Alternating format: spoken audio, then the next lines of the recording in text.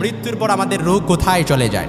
একজন মানুষ যখন মৃত্যুবরণ করে, দুই ধরনের মানুষ মৃত্যুবরণ করে, এটা কি নেককার, আরেকটা হচ্ছে বদকার। নেককার মানুষ যখন ইন্তেকাল করে তার রূহটা থেকে সুগন্ধি বের হয়ে যায়। কি বের হয়ে যায়? সুগন্ধি বের হতে থাকে। ফেরেশতারা এই রূহটাকে নিয়ে আসমানের মধ্যে যায়। আসমানে যাওয়ার পর আসমানের ফেরেশতারা বলে এটা কার রূহ, এটা কার রূহ? তখন জবাব আসে যে এটা একজন নেককারের রূহ।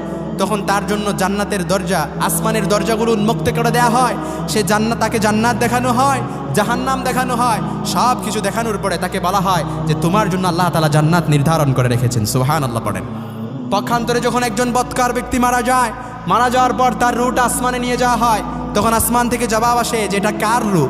তখন আসমানের ফেরেশতারা বলে এটা একজন বদকারের রূহ।